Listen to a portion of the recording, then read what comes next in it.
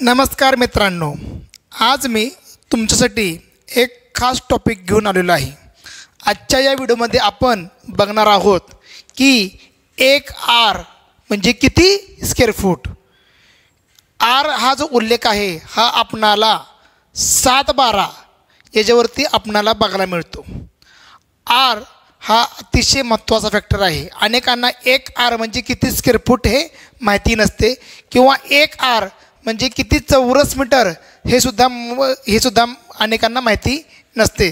तर आजच्या या व्हिडिओमध्ये मी याची तुम्हाला डिटेलमध्ये माहिती देणार आहे। मात्र त्यासाठी तुम्ही हा व्हिडिओ शेवटपर्यंत नीट बघा आणि जर तुम्ही या चॅनलला नवीन आहात तर प्रथम चॅनल तुम्ही हा सबस्क्राईब करून घ्या आणि तुमच्या मित्रांना शेअर नक्की करा। तर चला मित्रांनो, आजचा आपण टॉपिक चालू करूया। बघा, एक आर म्हणजे